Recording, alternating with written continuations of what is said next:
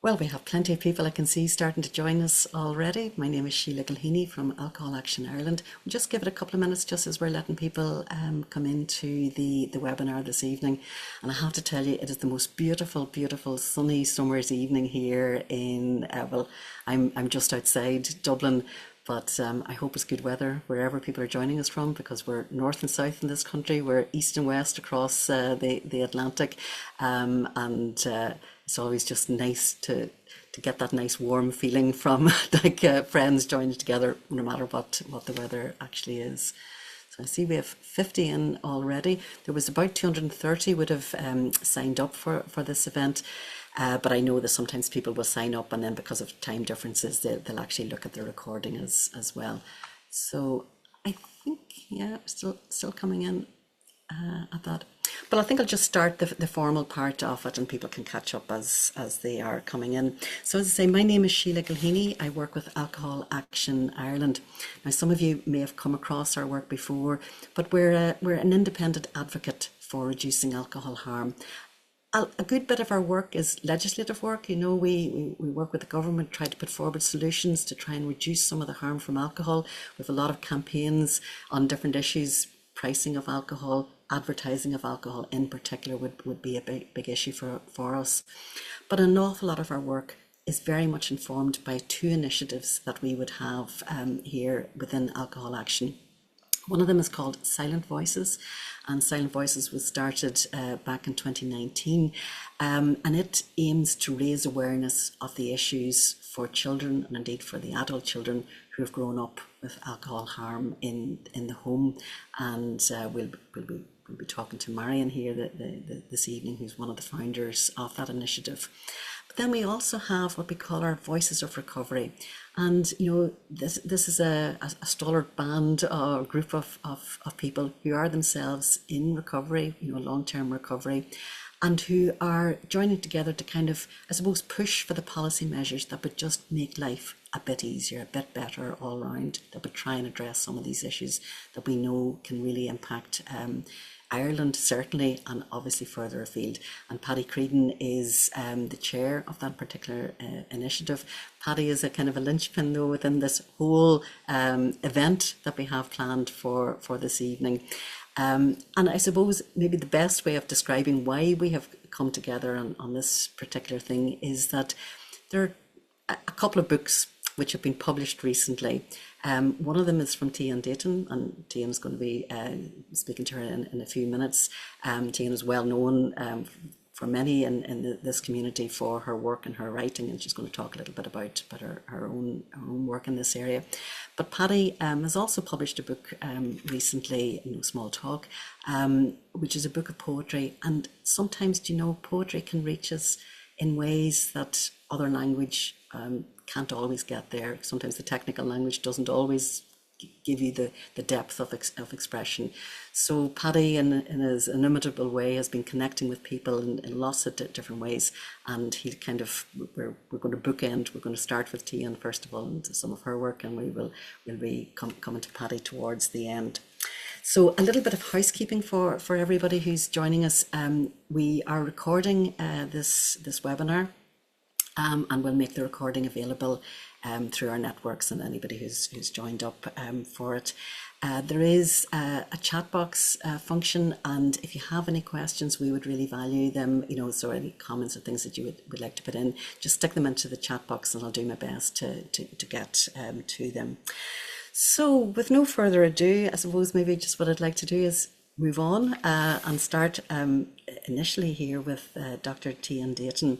And Tian is known to many of you, as I say, at This Way. She's author of many books. She's a psychologist herself. She's worked as a psychodramatist. She is somebody, I think, who has grown up with the experience of alcohol harm in the home. And that, I think, you know, Tian, that depth of experience has helped you perhaps in one way to understand the some of the issues that are there, and very much informed your own training and the work that you have now done with other people. And I suppose, you know, if we were to look at this whole issue about addiction, about trauma, a question that just, I suppose, comes to me is, you know, why does why do some family wounds, why do they last a lifetime? And maybe you could just perhaps, maybe that's too big a question, but it's just an opener, and I'll ask you maybe just if you take your mute off so we can hear you there as well. But perhaps just if you could, just some thoughts that you might have on that. Well, it lasts a lifetime because of how we process trauma in our bodies and our brains. So it is or how we more accurately, we don't process trauma. What happens when we are terrified is that the thinking part of the brain shuts down, the prefrontal cortex, the limbic system that has fight, flight, and freeze revs up. So we are in a high sensorial experience of gathering all the sensory data, the sights, the sounds, the everything, whether that is a war zone or whether it is the rage in the living room and the smell of alcohol, etc. Um, that's the limbic system, but there is no storyline attached, so that we have that experience, but we don't make sense out of it because the thinking mind is shut down. So, what are our options? If you are in a war zone, you have to survive, right? So, you don't make sense of it, but perhaps later on, somebody makes a global sense of why you are being traumatized. In an alcoholic family, that how often does that happen? How often does an alcoholic come out of the rage and say, "Gosh, I'm sorry, I must have terrified you. Let me explain why I rage, and next time I won't." And none that doesn't happen. And if you happen to have a another parent who's not in shock themselves, or hiding, or denying, or minimizing, or doing all of the things that everybody else does, then maybe they can explain it to you. But more often than not, they don't, because they're as baffled. It's a cunning and baffling disease for everyone. So we experience the trauma, we shut it down. Where does it go when it's not processed? It sinks into the body. And by the body, I mean it in the limbic system, where we process emotion, where we gather sensorial information, and it stays in the nervous system. So the traumatized person, when triggered, will know it in their body before they will recognize what's happening, if they ever recognize what's happening. And that's why in my book, I have a chapter called Triggers as Teachers. If we can follow our triggers, we have that line of breadcrumbs from Hansel and Gretel that will teach us where our deepest, most unconscious, unprocessed pain lies. And if we can trust that what is getting triggered is in fact getting triggered, and the big key is not to make it about someone else, which is, of course, what we're inclined to do, because we don't want to sit with the feeling. We say, "You're making me feel this way," or "the world is making me feel this way," or "my headache is making me feel this way," whatever. But don't make it about someone or something else. Accept it as inside of you. Simply allow it to come into view. And this is the poetry of the self. Allow the rupture, the shattering and the rupture to arise in front of your mind's eye. Witness your own internal workings. Make sense of it now with your more relaxed state of mind. Wonder about it, fit it into the context of your life, and that is what healing looks like. Gosh, when you speak like that, like it makes perfect sense. But I suppose getting to the point where it can feel like that it makes perfect sense. What brings you? What is it? Is it that you feel you recognize, no, everything is chaotic or whatever, I must do something about it. But how can we recognize that we If need your to good look at this? question, if your reaction is disproportionate to what actually is happening, that is an indication that old stuff is being triggered in a new situation. If everybody else in the room The Italians have a saying, if 17 people say you're drunk, you'd better sit down.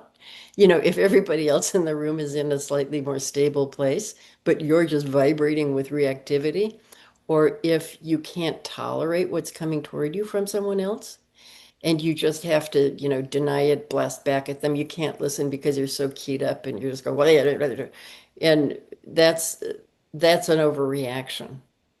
And if you can't process it in some meaningful way, then it stays locked in the past because your present day mind is useless to you because you're denying that it's there. You're denying that it's a big reaction.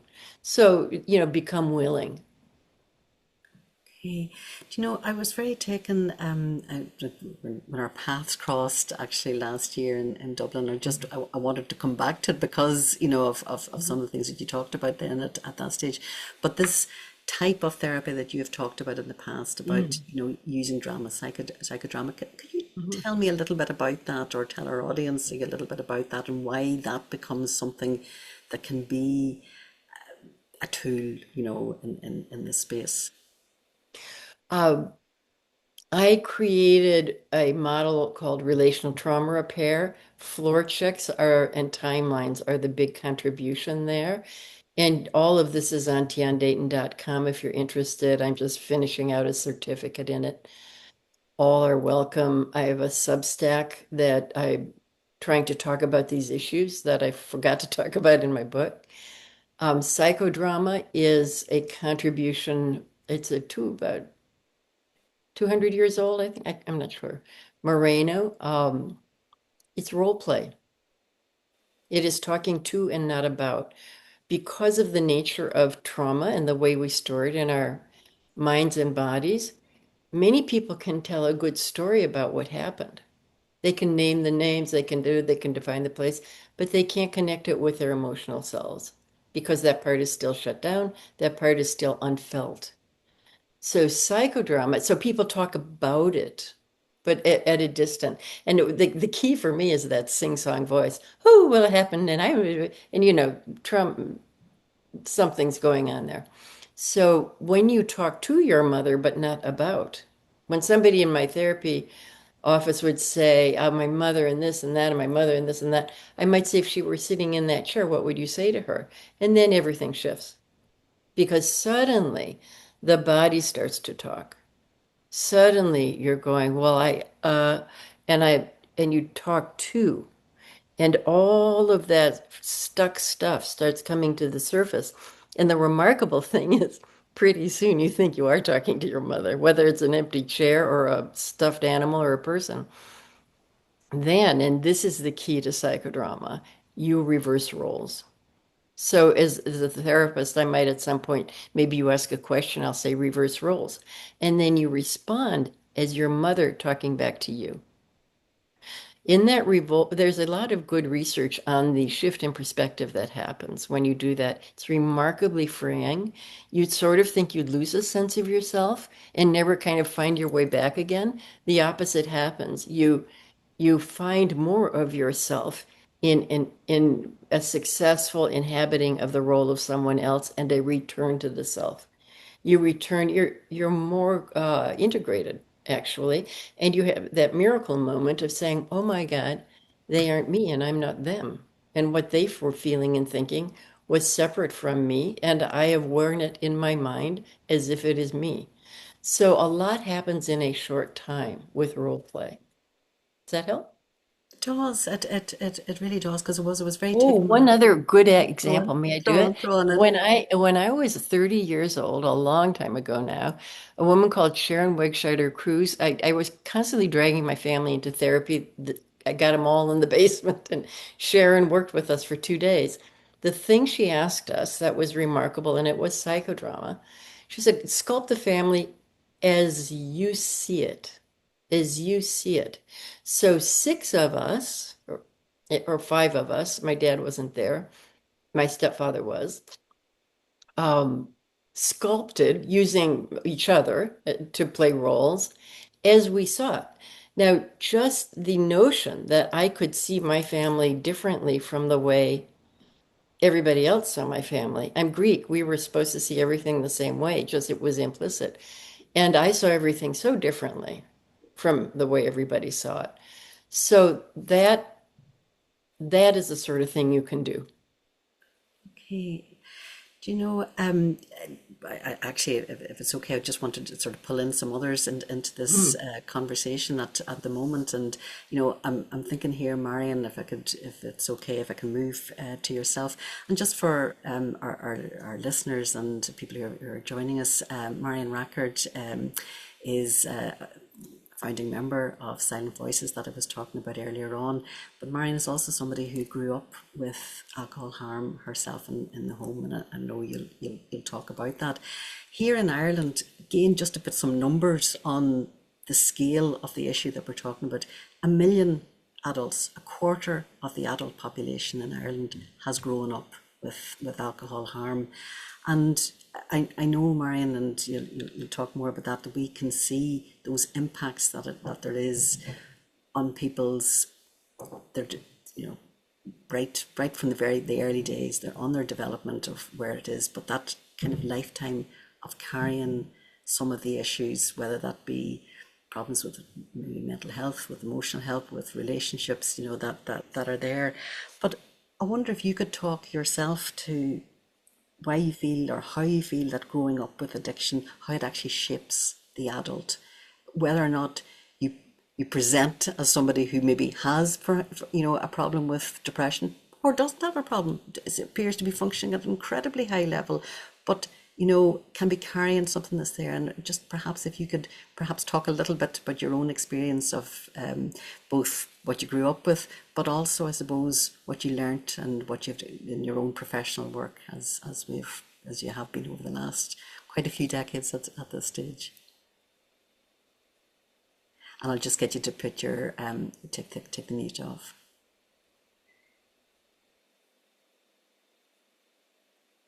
See, everybody was very Thanks. conscientious and Yeah, going mute on that, but good to great. hear from you. Um, Again, hello to the panel and also to our audience, and it's great to be here today. I am aware, Sheila, I was thinking how do you describe this? Because it is such an individual experience for each family and each person that it is kind of difficult but there are a certain number of factors that definitely indicate certain similarities. And I suppose I was thinking that if someone asked the audience at the moment randomly, what were the things that shaped your adult life growing up with your parent or parents, what might you say? Was it a peaceful home, mostly with conflict managed in a way that didn't make you scared? Was there violence part of your life growing up, either verbal or physical? Did you feel there was a consistency in your home, re meal times, re roles and responsibilities? So those are the kind of questions that would be fascinating to put a group of people who had experienced family addiction growing up with a background that didn't exactly have the similar backgrounds. So I suppose the main thing to be aware of as well, I'm always conscious that when I'm talking about this issue in relation to my family, to my parents. I'm really conscious of the importance of navigating the conversation with sensitivity, empathy, and care, being mindful of the origin and root causes of parents' own drinking, many of whom will have experienced early childhood trauma themselves. So, but we're speaking about our parents' problem drinking, not to blame or shame them, but to empower ourselves and also our clients. We also need to acknowledge the spouses, partners, and children who remain very hurt and devastated by their parents' addictive behavior, um, or by their dependents' addictive behavior. But I suppose I'm very conscious when I first noticed that my dad had a drinking problem. I was aged about 3, and right from 3 to 15, I saw, I suppose, lots of different things along the way. But there definitely was an escalation and an increase in my father's drinking, and also the problems that went with it. So I was acutely aware that at the start of my teenage years, things were extremely tense and very difficult in terms of, uh, you know, the impact on us all. And again, I know Tian has just mentioned the cunning, baffling, and powerful nature of this addiction. There was nothing ever predictable about it, other than perhaps at weekends or at festivals or birthdays. Maybe there was an excessive amount of alcohol consumed, and there would probably the consequences of that would be perhaps rows and you know extended um, arguments and so on. So growing up with it is like you just learn very quickly, and you don't know anything else, but you just do learn that you remain silent. You don't really talk much about it at all. I mean, I had a very positive relationship with my mother, but I was very conscious the strain she was under as well. And I certainly didn't want to add to that in any way. So I suppose growing up then with a range of different family members who would have necessarily stayed away from the situation because it was too difficult to become embroiled in any effort to change my dad's drinking. So I suppose really as a young child, I was aware that I didn't talk much to my dad because in the evening he would be probably drinking in the pub, and then in the morning time probably still asleep, and I would have missed having the conversation with him. But in any case, anytime I did want to have a conversation, it was difficult because of a memory of what was happening. So I'm very conscious that there are lots of things more to say about it, but I just know that I didn't have the vocabulary to enable me to express my own feelings. So my thoughts became often scrambled, forgotten, buried, disjointed. Um, and in that way, it was very difficult to describe things to anybody. And I certainly didn't talk to anybody outside the house, because that was the thing, was you did not dare talk to anybody outside. But in my subsequent years as a therapist, I observed with great interest the transmission of from one generation to the next in terms of addiction, and saw how much need there was for children to be helped and supported, because the emphasis was on the individual with the problem drinking. And then I remember when we started a treatment centre in an area in Dublin, I was very conscious of the importance of ensuring that we were providing a treatment program for the spouses and partners of drinkers at the same time as the addict themselves. So I think that was very helpful, certainly over the years. Marion, thank you so much for that. In the work within Alcohol Action, a lot of what we are doing is policy, is really trying to say what would make a difference if we were talking to government, if we were talking to somebody with a magic wand, or even we're just talking to somebody who had some degree of power. What would it be that you would say that would help most, or maybe not even most, but would help? Yeah. What would be the action, do you think, that we could be looking for? Well, first, I think that mental health practitioners who work in the mental health system really need in-depth training in this area and in-depth knowledge, because I think we did some research in Alcohol Action Ireland that showed that 70% of staff in the system had not received that education information, and that was very disappointing.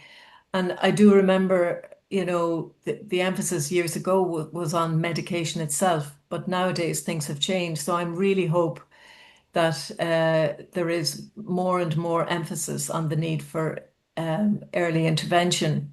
And by that, I mean, I think the greatest help and support can be for spouses and partners, where I used to find that extraordinarily helpful for the families, because they had at least a place, a confidential place, where they could really describe the terror they were going through, the barring orders that maybe they felt they had undergo, and also, they understood, for example, how difficult it was for them to look after themselves. Their focus was entirely on the problem drinker, but they eventually got the message after maybe 14 weeks of education, information, and group therapy that they needed to look after themselves and, to keep the focus on themselves. So I would definitely, Senator Francis Black and the Rise Foundation and the HSE provide all of those courses, and it's so important. But as a government, I certainly do think that the Children's Ombudsman, I think, has an interest in this area and has been very supportive. But I think government really needs to take action on the whole marketing of alcohol and normalizing, all of the various aspects of drinking, and really recognize that alcohol is harming 1 million children in this country. You know, in Tian's book, in a book called The Alcohol. Oh, sorry, I've forgotten the title of the book. I have it here beside Throw me. it in there, Tian. You'll know the name. The ACOA trauma syndrome. But Yes. you were talking about the toxic stress, and to think that, kids are experiencing toxic stress on a constant basis due to being terrified of a partner, or a parent coming home drunk, or drinking just, as they're trying to sleep, and causing noise and so on. So, like, the realities of living with this issue need to become much more evident and much more visible. And I suppose the ISPCC has done a good lot of work. And I suppose every year, Sheila, the End the Silence campaign in November is very good in drawing attention and inviting very accomplished speakers to address the issue of child protection and child Yeah. and I think and I think yeah. that trying to end the May I silence throw around one thing in there do indeed, that Tian. it ditto for everything Marianne has said, and that the recognition that this is a post-traumatic stress disorder, that when you're surviving in childhood, you cannot afford to up about this. You can't afford to feel your feelings and put your parent to bed and make your own school lunch and get your kids' siblings off. It's just too much. I used to shut down intentionally just to get through the day. But when it shows up, because of the nature that I talked about of storing trauma, it comes up later. Mhm. So in adulthood, Mhm. or months, decade, anyway, that. Mhm. Absolutely. The consequences of the post-traumatic stress disorder, yes, into complex post-traumatic stress disorder if it's not That's treated. us. That's Yeah, us. Yeah. exactly. That is, yeah, yeah, yeah. And I have a lot here to talk about on that maybe later on, but maybe Sheila, you want to move to Well, throw, somebody else for the moment, yeah? throw it all in there, and then I'll move on Oh, oh. to Clive in a moment. But I can feel that there's something there ready to come out. So Yeah, yeah, yeah, yeah. I just maybe I had to put it down on paper because I just wouldn't remember everything. So forgive me for reading from the paper, but go on. um The spoken I word is the written word as well. So the two go yeah, hand in hand. yeah. Um Paul Gilbert, author of The Compassionate Mind, states that when we have experienced repeated trauma, particularly early in life, we spend a lot of time in our threat-focused system, or hypervigilance. So the focus of our attention, our thoughts, feelings, and behavior can be taken up with fear, danger, and trying to keep ourselves safe. This is how I lived in my teens as my father's drinking reached a chronic peak and our family broke up when I was 15. This had a devastating impact on our family as we had to disperse singularly to various relatives for months. Our education did have to continue, and at 18, I entered university. While there and in subsequent years, my fears and secrets about my father's drinking lay somewhat dormant as I was away from home. My father, who was a well-known sports personality, agreed to share his personal life story for a national newspaper and was the first person to reveal his recovery story to the nation. And this is when he eventually got treatment in a hospital in Dublin and was introduced to AA, which led to 6 years of sobriety prior to his death from an alcohol-related cancer at 53. The family reunited, and my parents both joined their respective 12-step programs, but there was nothing for us as three siblings. And this has spurred my own motivation years later, due possibly to a sense of unfairness about what could be available for children who were suffering silently. These 12-step programs led to a very positive influence on my parents, which distilled to us. Through his efforts in recovery during that time, I was gaining a trust in him, despite the fact that I remained mute on my own experiences. I literally did not have the language to express myself to him. It was only when I had been exposed to therapy that I began to discover language of emotions and began to release the constriction and numbing of my own feelings, which opened up significant distress and awareness to me. So, but unfortunately, and this is, I suppose, the most marked experience of my life in terms of, you know, the losses. Yeah, the losses, and I think that's very, very much emphasized in the alcohol trauma syndrome. Is the first major feeling that is released when one begins to do this work is unresolved grief. So that grief just literally poured and poured, but not before a deep depression and anxiety set in, leading to a breakdown, which was extremely difficult to tolerate because of the intensity and the fact of not being able to sleep or eat for 5 months. And I remember the shock of that, like, there was no way that I was ever prepared for anything of the like.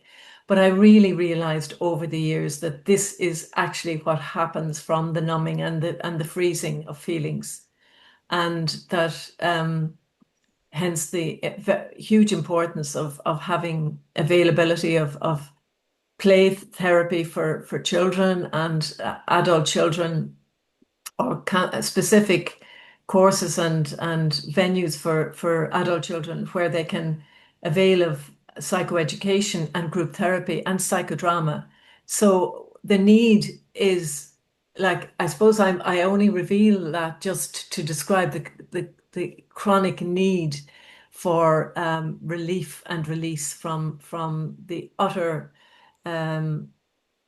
intensity, which was all internal, because our family was really quite quiet, and but it was all staying inside. And I'm just looking here now. Yeah, I mean, it actually was. I was very grateful to have been educated about mental health. I had a placement in a psychiatric hospital, a placement when I was a student nurse in a psychiatric hospital, and I had seen the serious impact on people's lives of mental illness. And I certainly knew I didn't want to ever find myself in such a place, or to have to take medication. So I remember holding on literally by a thread at not taking medication. Now, I wouldn't be so against it today, but at that time I was, based on my placement, I was terrified of experiencing that. Um, and but I suppose the main feelings during those 5 months was utter terror and shame. It was just extraordinary, the level of shame, and there was nothing that I had felt bad about doing that caused that shame, but it was pure shame from having had to, I suppose, suppress so much and repress so much for all those years. Um, uh, counseling hardly existed at the time, but psychoanalysts were in practice, and I chose to go to an analyst who facilitated me to begin the most difficult journey of my life by literally making sense of the intense range of emotions that I had carried for years. But I suppose the quote that from Tian's book around toxic stress, the more numerous the toxic stress clusters, the more serious and the more long-term the effect, and the higher the chances of getting involved in alcohol or drug use, along with higher risk of other issues. Well, thankfully, I had seen my father survive, at least, well, when I say survive, recover. So I knew I couldn't go down that road, or I definitely would. I was much more vulnerable than, you know, and as were my siblings. But we all took a very strong lesson from that. We can't go down that route, but so many do. And this is what I saw in my own clinical work when I set up a treatment center with some colleagues. It was extraordinary the number of people who came in for help whose parents had been, and it was terrible to see that, but it was extremely common, and it was their way of coping like their parents. But so there's lots more, but listen, I'd like to take a little break there. Thank Surely you. indeed. The, Thank you. the Thank you so shame much. connection Thank you. is not just the shame, it's the cognitive distortions. There's a Yes. chapter in Growing Up with Addiction on that. You think it's somebody else's thing, but you make it about you. You feel Yeah, like you're the problem. that's it. Exactly. Yeah. Thank And you I so would much, like Marion. to verbalize something on this because Marion just touched on so many layers of such a complex dilemma, right? And I think I need to say this out loud because we are talking about the problem we can see today in society, but that problem we can see today wasn't installed, it wasn't created today.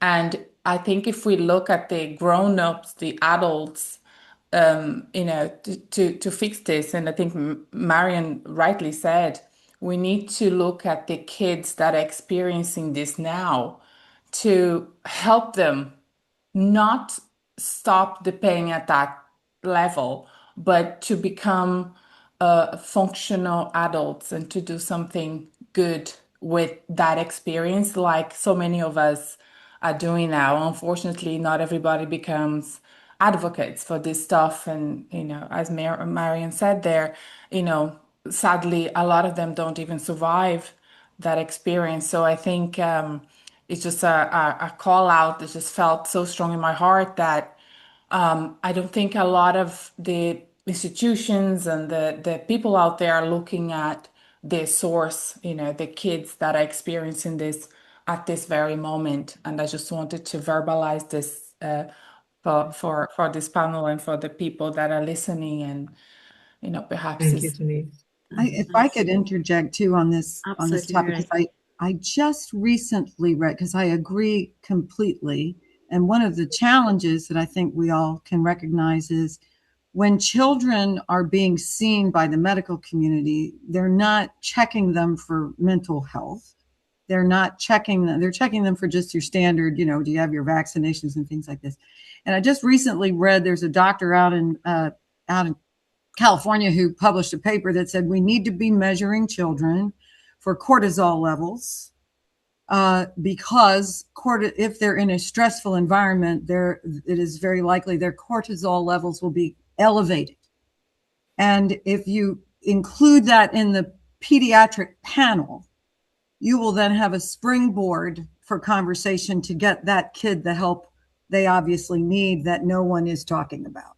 And you take it out of the realm of you've got a mental health issue, which everybody puts a stigma around, and puts it into a more physical health issue that could then tease out. I just wanted to interject because I agree. And I had just read this, didn't know it was going to come up, but I think he is driving an important, very, very important topic for pediatrics to get That is to. a really interesting comment, and like I'm so aware, when Marion, was saying not having the language, to be able to talk about things, but there's all sorts of wee signs, tummy aches, headaches, whatever, that are there. So children do end up in doctors' surgeries, offices, but without the language to be able to say why this pain in the tummy or why whatever, or the behavior or whatever is at that.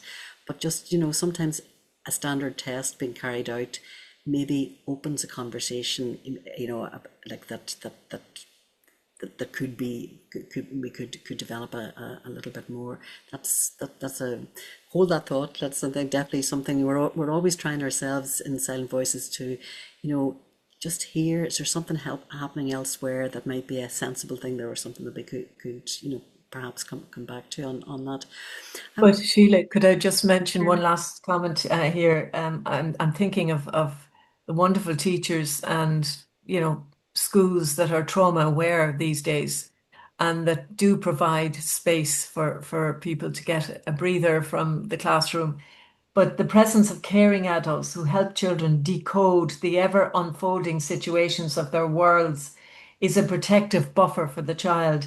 Without this reassuring presence, the child has no way of knowing whether or not to be scared or how scared to be.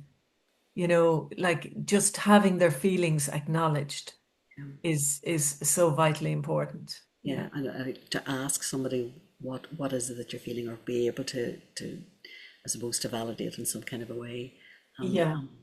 Marion, thank you. You've shared an enormous amount there, and I know it's never easy talking about your own situation sometimes, and I'm very conscious as well. People listening to this, there'll be things that'll arise, and I'll put some links into our chat box in a while as well, just so that people can perhaps to reach out for help if there's particular things that are coming up for you. I wonder if I could move, maybe I want to go north of the border. We're here in Ireland. Some of you might know from my own accent, I'm a northerner, so I'd like to go up to Clive Corry in the north. And Clive, you've become synonymous, I think, really with trauma in Northern Ireland, and some of the work that you've been doing there.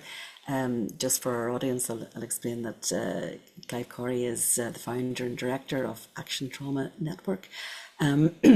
You yourself, Clive, have been gathering together experts in the whole field of trauma. 2018, you ran your first big conference on the Trauma Recovery Summit. I'm very aware of the trauma from Northern Ireland. I come myself from a town whose name is now synonymous with tragedy, with trauma, and I'm just wondering if there's something that you could maybe or would like to speak to around, how does that trauma, what's the role that it plays itself in recovery, in healing, or words to that effect, Yes, hello Sheila, and hello everybody. I would like to just say before I did write out my little talk, so I got something to, and it's funny that you should mention that, because the overlap between intergenerational alcohol addiction or addiction and intergenerational trauma from the Troubles is quite marked, and is something to consider.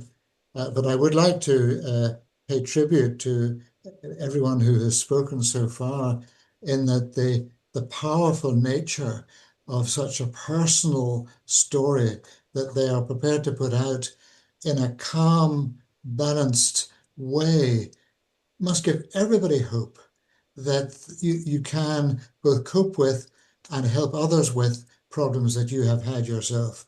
And I think it's a wonderful reflection on that, to see that. I do feel emotionally quite immersed in those stories. And I happen to be a very lucky boy. I don't have that sort of level of distress. And I actually had myself checked for resiliency. And that was quite a big interview that took place. And that was checked over by a psychologist. And it turned out that I actually had very little trauma in my life. And I was very resilient. And that's allowed me to do what I am doing. And so I'm very, very pleased about that. So I was lucky. And I stress that word lucky, because a lot of it comes down to luck, as to who you were born to and where you were born and all the rest of it. Having said that, yes, the Troubles affected me insofar as I left school. and I went to join our family business. Again, I say I'm a lucky boy. I am huge. I was always spoilt, and I've always been lucky in lots of ways. But I had joined J.P. Corry and Company on the Springfield Road, and that was a big timber business, a family business. And in 1969, I was standing on the roof of our drying kilns, watching Ardoyne burn and listening to shots going off at such a pace that there was a roar, probably 3 or 4 shots per second across the city. And that's to somebody who had never experienced anything like this before. And it was a kickstart for then going through the troubles, working in the company, learning the business, selling, doing our normal business, but at the same time, occasionally we would be bombed, we would be petrol bombed. Some of our workers were shot in a lorry and killed, and being under great personal threat myself. And it was a very, very, I suppose it got me interested in psychology to some extent, because I was always talking to people on the shop floor and asking them how they were getting on and wondering how this could be stopped. And we as a company, when it came to the peace agreement, we managed to get all of our employees, which was about 200, 100 Catholic, 100 Protestants, we got them all to vote for the agreement, to say yes to the agreement, by talking to them individually, having meetings and so on. So we contributed a little bit. Now, if I could come back to my paper, which really seems very rudimentary when I put it against all of these other stories. Trauma plays a role in recovery and healing only insofar as it may well be a trauma or traumas which caused the problems and the state of mind which led to the addiction. Remember that trauma is held mostly in the body. I know it's in the mind, but it really is held in the body, and that addiction is a coping strategy, soothing mechanism for that trauma, wherever the trauma comes from. Before healing can properly commence, the cause should be established and put to rest. You can't heal the trauma unless you put the cause to rest. This will hugely improve the quality and the speed of healing. We are in the middle of an anxiety epidemic, and our brain architecture makes the problem worse. We live inside a shame-phobic brain, which exists inside a pain-sensitive body. We are sometimes prone to more pain than we can handle. People cover their difficulties, losing opportunities to alleviate their distress. There is a further twist to all this, insofar as it may be addiction consequences which led to the initial trauma. And with everybody, most people here, that tends to be the case, but it's not always the case. It could be all sorts of reasons. In the same way that there can be something known as intergenerational trauma inherited genetically or by experience, addiction can be intergenerational, and its effects can lead to further psychological traumas, which also may be inherited in their turn. I don't wish to make this too complicated, but imagine a child suffering circumstances within the family which themselves were caused by a previous family member inheriting trauma and or addiction from their own parents. And I wrote this before hearing all of these stories, which obviously are now proving that that's the case. Witness fetal alcohol spectrum disorder, which is a situation where a completely innocent baby has been infected by the trauma of the alcohol infusion of the mother. Please just bear all these responsibilities and possibilities in mind as you work towards a solution. People who encounter trauma often assume that their suffering means that they are useless, shameful, bad, defective, and beyond hope. These sorts of assumptions lead to self-attack. Trauma victims can suffer from an overdeveloped sense of responsibility for other people's mistakes, errors, misjudgments, or doing. inner conflict leads people to attack emotion, their own emotion, under the mistaken belief that it is the problem, but this only makes the problem worse. Acknowledging the cover-up is the first remedial step, and self-compassion is the second. We see the world through a narrow channel. We only know what our nervous system transmits to the brain and what the brain downloads into consciousness. The editing process allows us to function, but at a cost. Their decency and innocence which gets buried. So if we can identify, address, and heal the trauma, the need for addiction should fall away. I hope that helps. I'll take any questions. Oh, now you've gone mute. Sorry, apologies. I've gone silent. When I'm thinking about Northern Ireland, Northern Ireland has the highest level of alcohol-related deaths across the UK. And I honestly think it's no coincidence because of what has been there. I'm just wondering, in some of the conversations you've been having with people and the approaches that have been developed in Northern Ireland, is there anything you'd like to share with us about where you see some of the, if you like, kind of hopeful approaches? I can't say that I notice anything in particular. Somebody else may have another idea. I mean, the usual therapies, things like EMDR, they are the things that work for people. But each of these requires a therapist, well trained, who has a great knowledge of his subject or her subject, but most importantly, creates a level of trust with the client. That trust is absolutely critical. Without it, you get nowhere. So I would just mention that as something that I've watched in passing. The other thing to say about the troubles and all the rest of it, I lived a double life. When I got up and went to work in the morning for the 8 o'clock start in the sawmill and the joinery, and I lived in a very protected part of County Down. And I think it was protected because the Palace Army Barracks was on the road down from Belfast to Hollywood and Bangor and Dunhilly and all of those are. And I think that terrorism didn't really want to go past the Palace Barracks. And I think I've talked to other people about this and they tend to agree with me.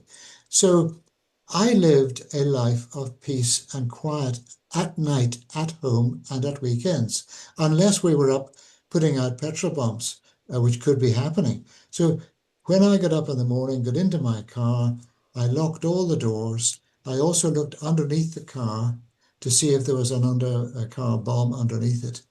And I did all those sensible checks before I went up to work. And as I went up to work, I could see where things had been burnt out and where things had been happening. And we ourselves were literally at the top of that road. We were the last sort of business before you moved into West Belfast. And we had very good relations with all the local people. We had very good relations with the local priest.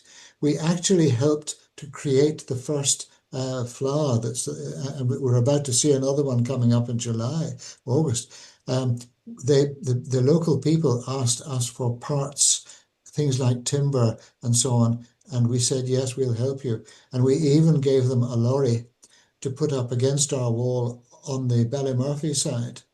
And they used that as a stage.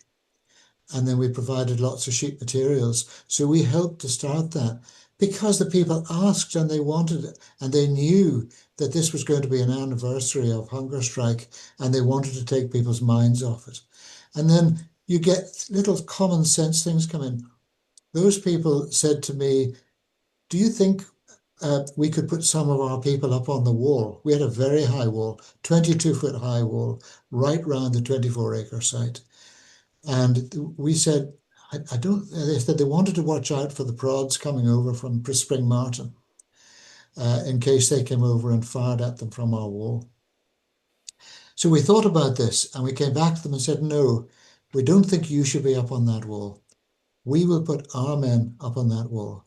employees of JP Corry's, and we will shout to you if we see somebody strange coming into the yard.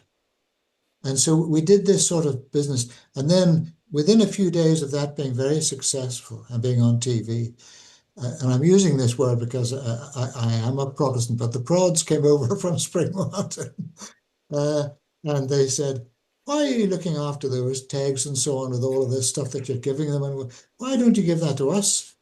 And we said, where's your idea? What are you going to do? Tell us what you'll do, and we'll see if we can come and do that, and we'll help you. They never came back. Do you know, a thing that just jumps out at me is like, sometimes when we talk about the normalization of, living with addiction or living with trauma in the family, it becomes normal. And, a lot of what you're just talking about there about, living in Northern Ireland at times we did normalize it all. I always remember I couldn't get to sleep until my daddy would come home from the football Yes. because I was just afraid. I just thought he'll be shot.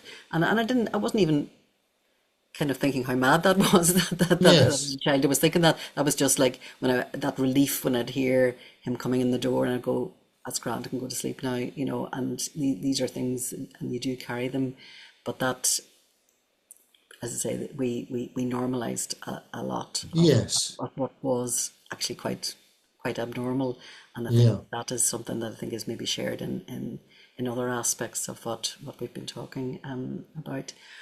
I Yes. wonder, I'm so grateful. Just you've always got sensible words, to say there. I'm going to jump across to another continent Sure. at Sure. this stage, and I'm wondering if I could go actually to Keisha, to yourself. This is Dr. Keisha Sirabo, who's also known as DK, amongst friends, which I hope we are here today. And Keisha, you've worked a lot, in I suppose racial literacy and education and leadership, and I suppose what you would describe as healing practices, in this way. And if we were to think about, maybe the issues that you would perhaps like to comment on, how can we break some of those cycles that are passing from generation to generation? I'm conscious just, sometimes there's people living in Northern Ireland now who didn't experience the trouble, but somehow have absorbed the trouble. It's actually quite extraordinary, where we see high rates of suicide amongst our young people. And I just wondering, is there something there that you could speak to within the work that you have been doing? What an honor, right? Like I have been sitting here and I have to acknowledge the part of me that is a researcher sits in these conversations with just joy because it is so comforting to hear, particularly perspectives from different parts of the world, that we have that shared commonality. And I also want to be very clear that while I'm so honored, and thank you, Patty, for the invitation to be here, I have a reverence. Like when you shared the questions in advance, I had a hesitancy. Like I was 5 minutes away from emailing you when you sent the email out saying, I don't think I'm in a space where I can authentically get on this platform and speak to breaking of a cycle because I have absolutely benefited, as Marion shared. I am deeply grounded in the mental health work. I work in the conference space, so I get to hear, from some of the strongest minds in the field, and I get to know them personally and have these conversations. But in December of 2025, I experienced and I'm going to use what Dr. Dayton has shared. I learned more about my story. Like Marion spoke about how we have these, and I'm going to paraphrase this language, but we go through the trauma that we experience as a child, and we become that adult who carries that story of what we survived, what we normalized, what we endured. And then let's add another layer to it, right? Speaking to the breaking of the cycles, where we get out into the world and we observe other cycles. And we start to recognize, wait a minute, my cycle looked nothing like that. And I thought, because there's a doctor in front of my name, because I'm so deeply, I go to every mental health conference, Europe and the US. I thought I knew my story. I thought I had done, and I'm still in therapy. So I thought, I've been in therapy at this point over 20 years. And in the last 6 years, I've been working with the same therapist monthly, right? Sometimes twice a month, sometimes even more than that, depending on what's going on. So I said all that to say, if you'd have asked me this question prior to December 2025, I would have confidently stared at this camera and said, this is exactly how you break a cycle. But what brought me to my knees and continues to humble me is that I found out new details. Since we're using this language of story, let me introduce some language that I use in my work. I had the inherited story of what I grew up in, what I thought I understood about my parental dynamics. There was an absent father. There was a mother that told me, she sent me away while she was in the military and then came back and raised me. And I had a younger sister from a different relationship that I understood I was responsible for as the oldest child. I thought I knew my story. And then you fast forward and add 40 years to life. And then I go to a different country and find out my biological father is one of the wealthiest people in that nation, that the last name I carry has extreme weight, that the life I thought I knew was dramatically different. And there was a birthright that was absolutely kept from me. You talk about a story I never knew that adding additional details to a story, and I appreciate you, Dr. Dayton, for touching on this in your sharing. It brought me to my knees. And since we're being so transparent, let me also normalize that grief, what I experienced from December to now, was so profound that I broke a 3-year estrangement, reached out to my biological mother with great humility, used all of the tools, all of the breath work, all of the nervous system regulation, wrote out what I thought was profound, and then filtered it through AI just in case I missed anything. And not the free version of AI, my community. I'm talking about the VIP. I paid several $100s to make sure that what I'm sharing is verified and validated. And I got my heart broke. Got my heart broke yet again. And so in December and April, I experienced severe rejection from both of my biological parents that unfortunately I was old enough now as to where the narrative that sustained me as a child could not work. And I was so grateful for the therapeutic community I had around me. But even then, I had to say, I'm not okay. And I'm grateful because Paddy was there in some of those sessions. I have the joy of facilitating a space called Common Threads, and I support the licensed clinicians who support others. And I had to come into those spaces and say, I'm not okay right now. I'm dealing with something that's bigger than I've ever experienced. And I share all of that with you to say, as of June 23rd, 2026, I don't have the confidence to use a word such as breaking a cycle. What I am learning is that I am learning how to accept the truth of the story I inherited, and I am open to the hidden components of that story that are coming forward. And I am developing the power and the fortitude to decide what my future story will look like, what I'm going to believe and what I will no longer accept, and the things I have let go of. As of now, I have accepted that the biological parents that I was born to, I was not the lucky one. I unfortunately came into this world looking like trauma neither parent wanted to acknowledge. And that awareness has allowed me to, if I've broken anything, I've broken the thought pattern that normalized this idea that stories like mine don't exist. Because in the US context of my understanding, particularly as someone who presents as an African American woman, we have this belief that at least one parent was there for you. At least one parent cared. At least one parent did the best that they could. And what has broken within me is that no, I no longer subscribe to that.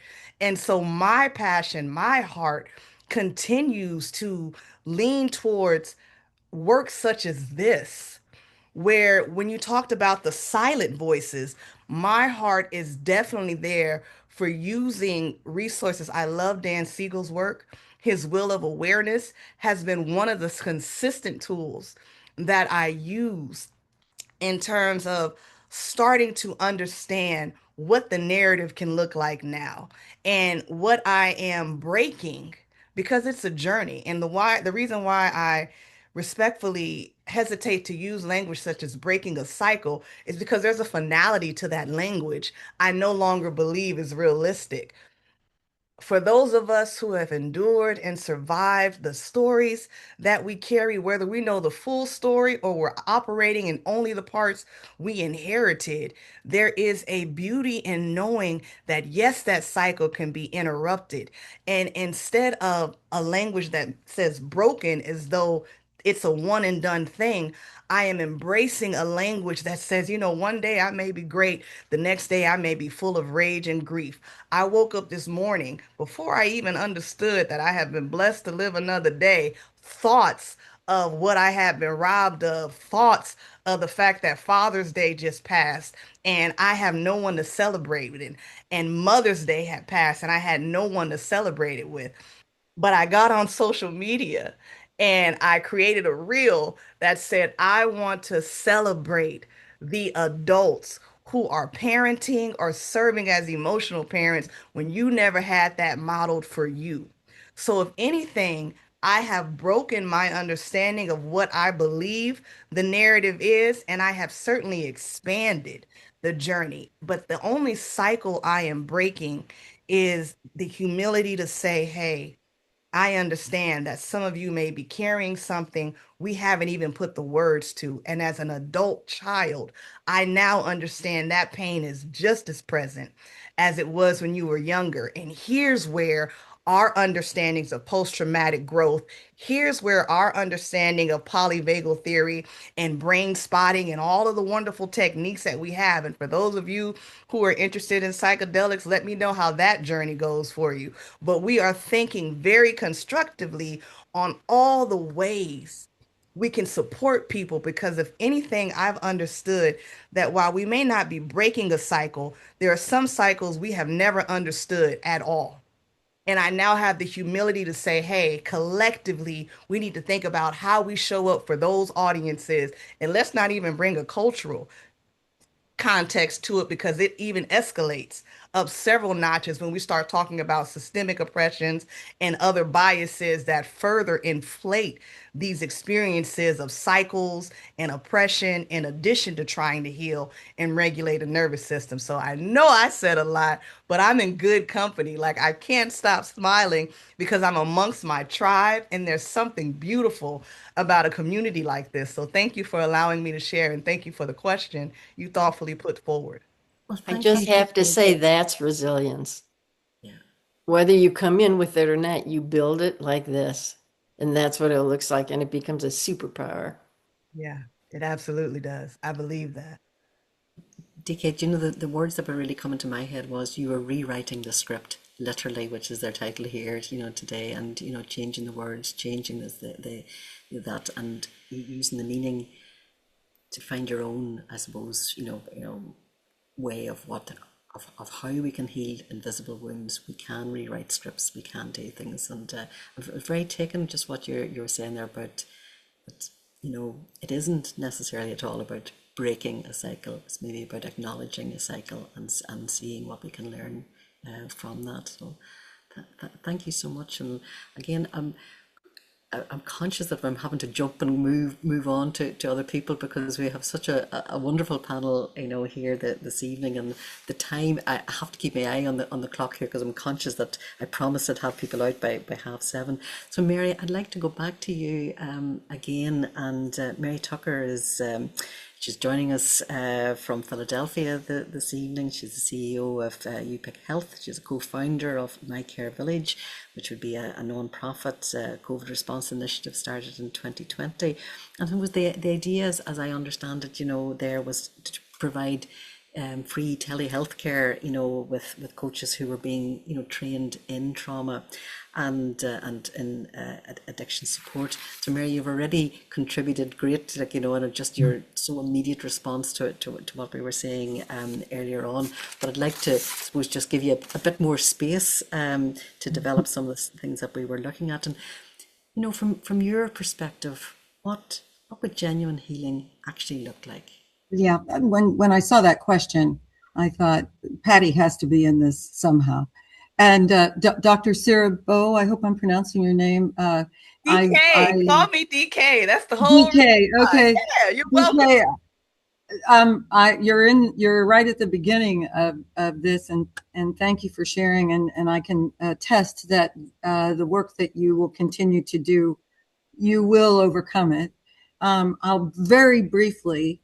I did not grow up in a household of alcoholic parents. My father was a bipolar entrepreneur who retired at 47, and my mother was a narcissist who herself had been abused by her mother. And I grew up, when I was 11, they told me their love for me was conditional, and I was not meeting their conditions.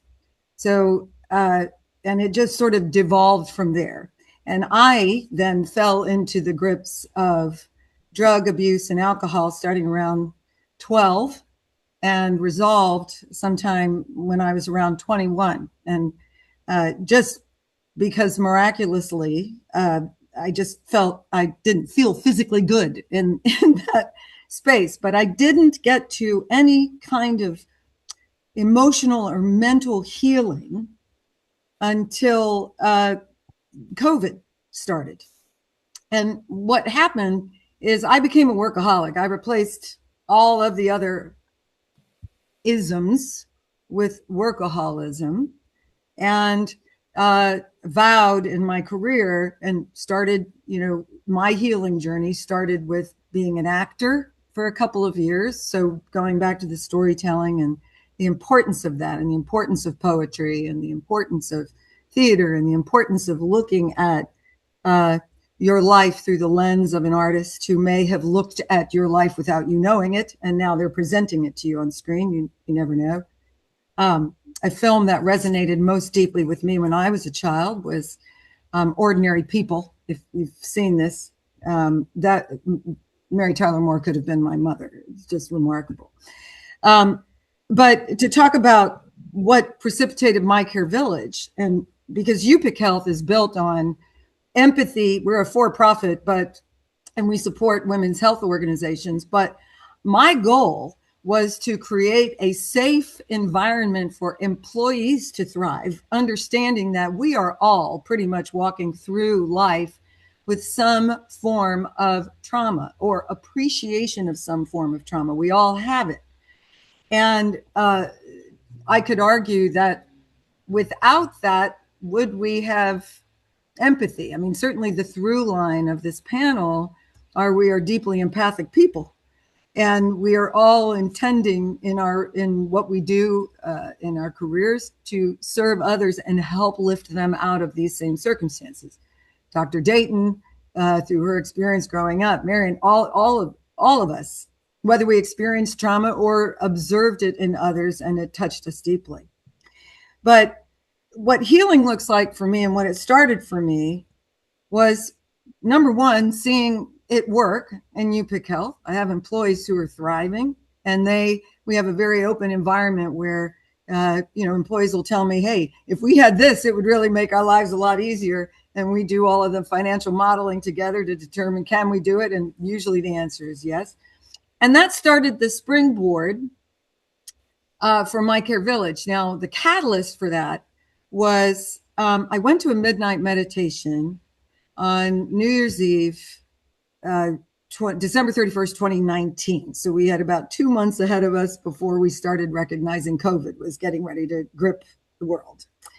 And in that meditation, And I had never done this before. It was an hour-long guided meditation. We were all in a room together. And I just I knew that I hadn't healed. I knew that workaholism had replaced healing. And I wasn't interested. I'd had a heart attack in 2017, and that heart attack goes back to the cortisol from when I was a child, which is why this is my new, and I'm jumping on the cortisol thing.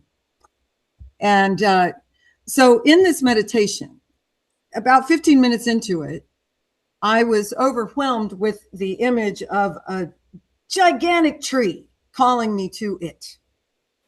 So I just went with it. I went to the tree, and in my meditation, I had my arms around the tree, and I was hugging the tree, and the tree I could sense was hugging me back, which then hurled me back to the moment when I was first conscious as a child.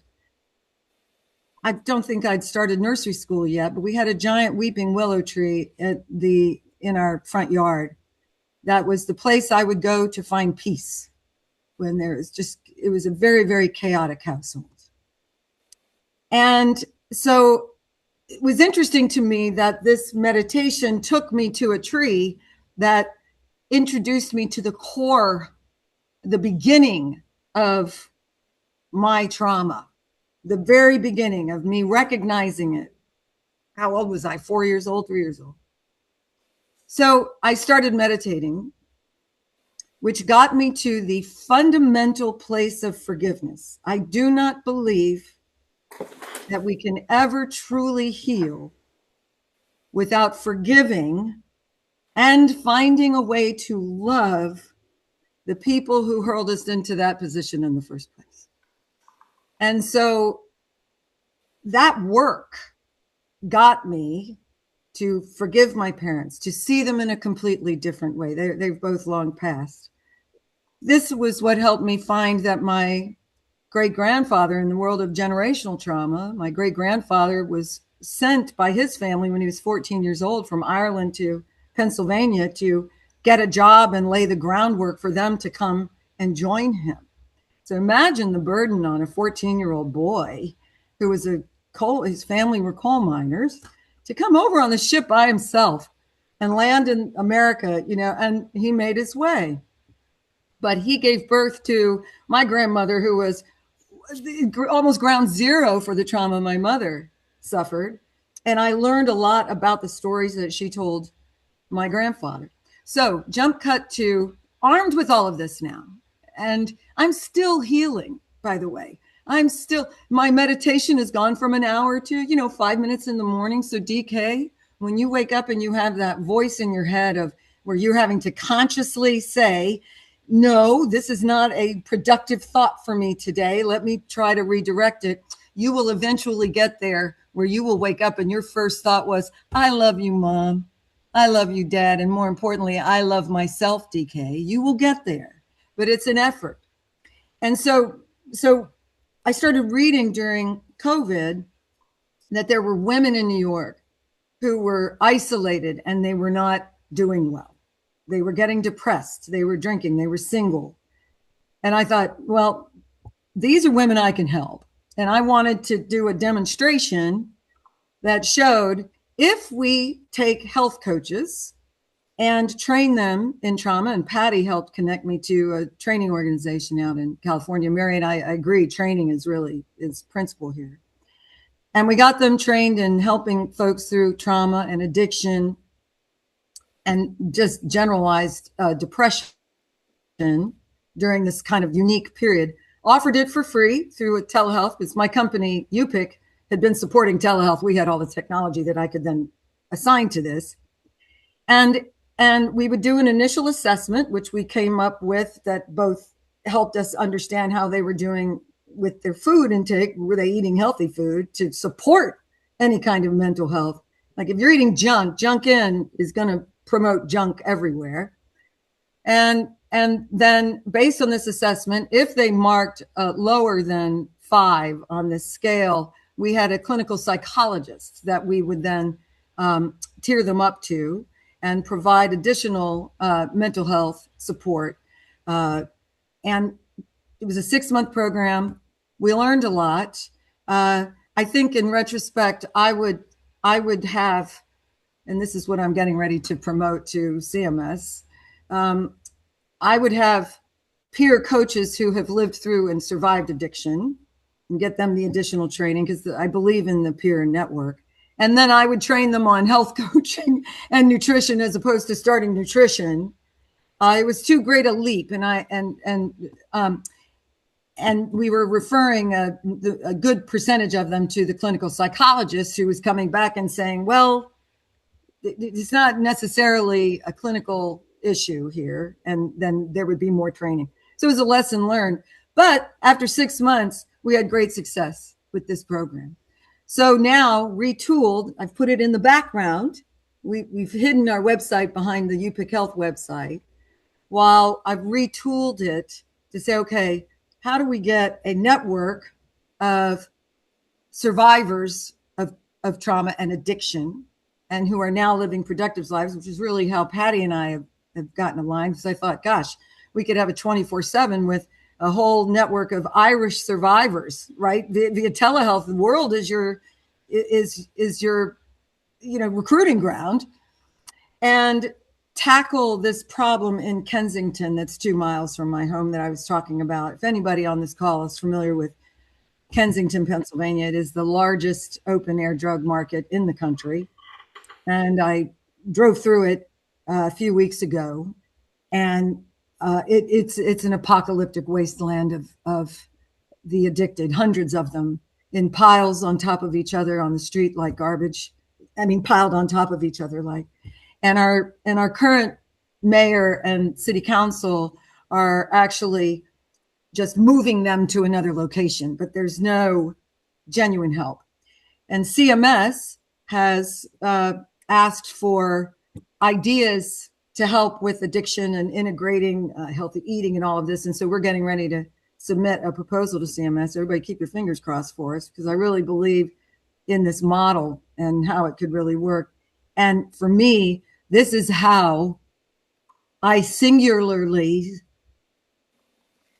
continue to lift myself out, right? And it's a through line that we all have, to serve others. Another important thing to learn how to say is no. For the survivors of trauma, I think, tend to say yes. And I had to learn with My Care Village to say no, because that's not, and trust my own lived experience combined with my professional experience in order to advance a meaningful solution. It feeds me. It fuels me. I wake up. This is Paddy and I, connect every couple of weeks. We have a regular communication, regular meeting with each other, and it's remarkable. I'm not even the same person I was at that midnight meditation, and it's all because it's all feeding on each other. The more we talk, the more we share stories, the more we read poetry that is written through that lens, the more it lends itself to collective healing that starts inside. And that's kind of how I'm existing now. I'm incredibly grateful. I'm estranged from my siblings, and that was something that I needed to do. It was, I don't love it, because I think they're suffering from the same trauma. I have a sister who died of pancreatic cancer last year, and I learned that she doubled down with her sons and abused them. So we've got to really acknowledge the generational trauma aspect, but there's a way out if we all recognize we all have it. We're all human. We're all capable of loving each other, loving ourselves, forgiving everyone. Who doesn't mean you have to invite them in your world. Doesn't mean you have to say, "Come on in. I'm welcoming in your abuse." We don't have to do that, but we can say, "I understand you've suffered, and hopefully you will get this help you need while I go and do what I need to do." It's a different way of responding than being, resentful or in a victim mindset, which isn't helpful. Absolutely. And I think, you're encapsulating so much there of how connection really helps with healing and the Yeah, different connections that are there.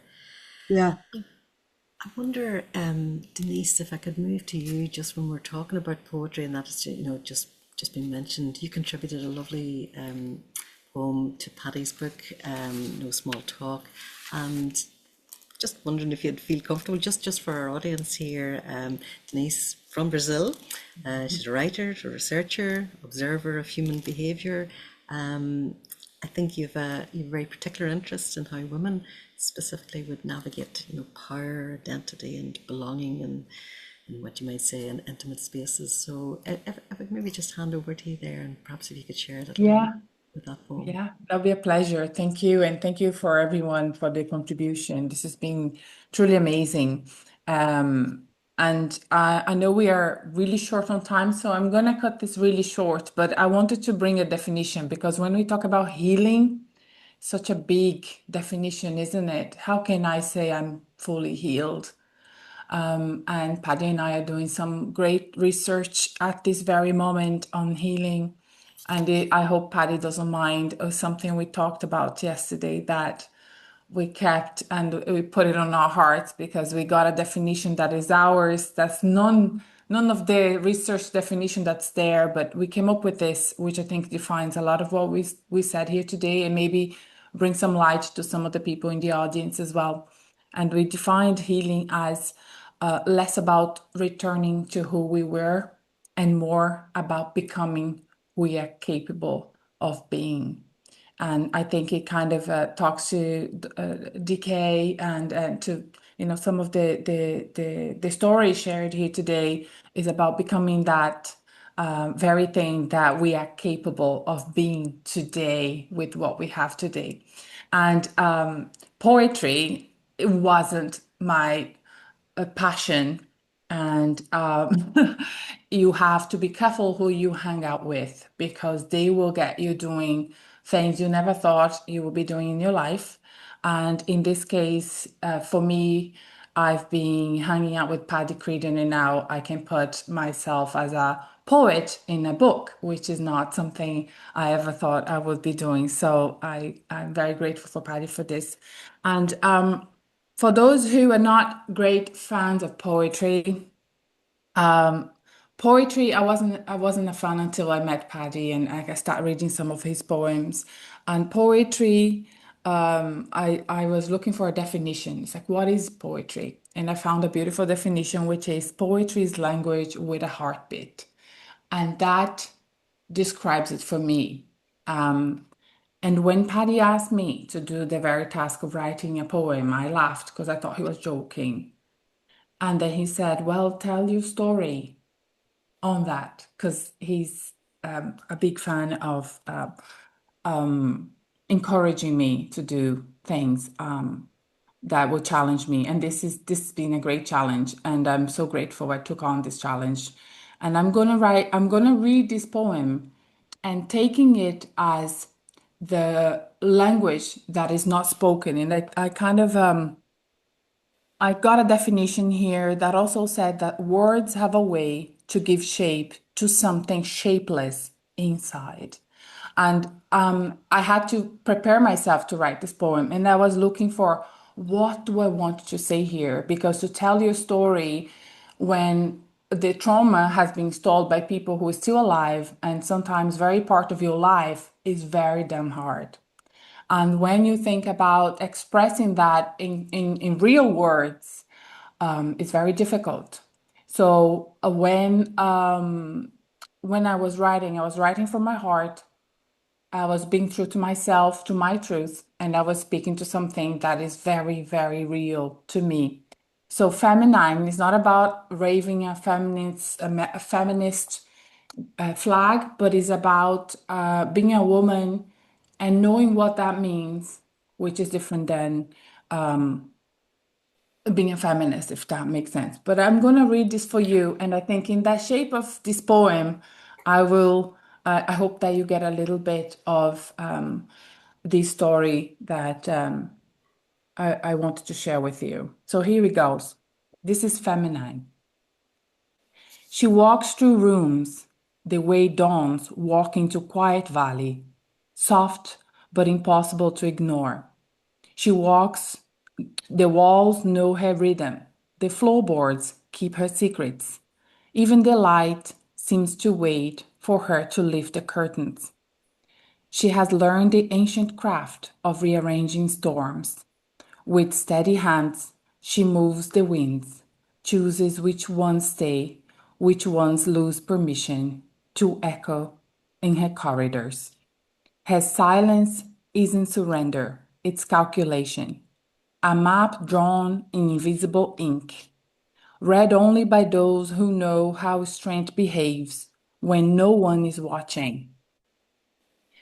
Some nights shadows stretch long, testing the shape of the home. But she, keeper of all thresholds, guardian of warmth, understands that a house is never just a house.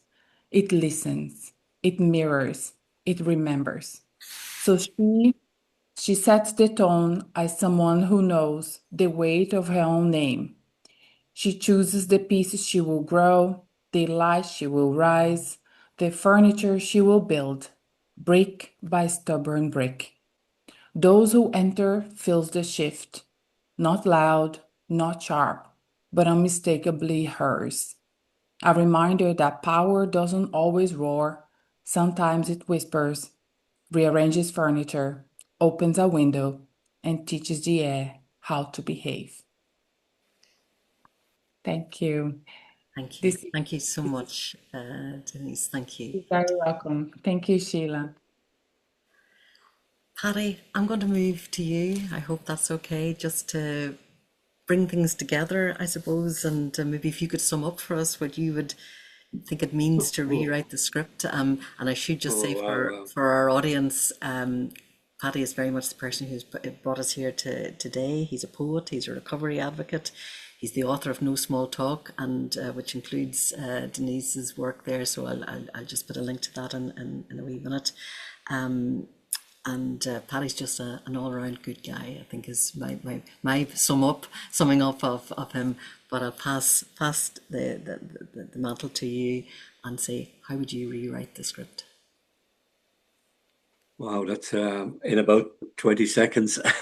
Thanks, Sheila. Oh God, I'm kind of moved here beyond all sorts of emotions and words of heartfelt gratitude that I can include in my network of people. Such insightful, what would you say, into the whole, this complex world of addiction and trauma, and I know we say in the book that it's, trusted connections. I have to say, like I think everybody mentioned, that everybody on tonight is such a trusted connection. I couldn't even have dreamt myself the amount of knowledge that I know now. It's so for somebody who was diagnosed at the age of 27 as being a chronic alcoholic and all that goes with that, and then 48 years later find myself here at an event tonight talking about, I couldn't even attempt to. I just thankfully, Sheila, that we actually recorded all this, right? So we have it forever, right? And it'll take me days to even get my head around it. I would say a few things that came to mind. I do want to thank everybody. So thanks, Tian. Thank you so much. Mary, Marian, DK, Denise, Clive, and yourself, Sheila. I don't think I've missed anybody, have I? Hope not. You've no idea how much it means to me. So, being in recovery from active alcoholism, and to hear the other side of the story, and to hear how important it is for all of us to work together. So what have I heard tonight? And I'll try, because I know I'll try and sum up in a poem in a minute. Where do I start? Right. I wish there was one thought that came through my mind when I heard people share at every level. You'll often hear me say, and we used it at the conference last year in Oxford, which is the work Denise and myself do in researching papers for, in fact, this conference coming up in the Broken No More series, right? So that Denise mentioned, but you'll hear me mention it, that there's C.S. Lewis has a lovely quotation that's on the outside wall of an AA meeting room that I attend in Rostrevor in County Down. Wonderful writer, when he says, we can't go back and change the beginning, but we can start now and change the ending. And I wish to God, as half of me saying tonight, I wish I could go back and change the beginning. But there's reality in my own recovery, that's not possible. But what I can do is working with everybody here, the ability to listen, to hear what's been said, so I thank you for that. That's there's a wonderful American poet, young poet called Whitney Hansen. She has a huge online presence, and she has written many, many books. And she started me on this thing about, in English we say something, and in poetry we say something different. And she uses loads of examples, but she'll say, for example, and I use this, in English we say, I love you. And I was saying today at a conference, I wish I told my dad before he died that I loved him. I wish I did that. Anyway, and she says in poetry, we say, there is no gap between where my soul ends and yours begin. And it's just that power of words, so all of a sudden that word, and she's a terrific, terrific poet. Another American poet called Amanda O'Gorman similarly has just that power. Young poets in their 20s have captured that for me. So I'm glad that we do use poetry, because a lot of us in recovery find it very difficult to articulate our feelings, and poetry allows us to do that at a safe level. I'm so conscious again, and like Denise said, we're moving away. I don't want to go back even to where I started. Don't want to do that.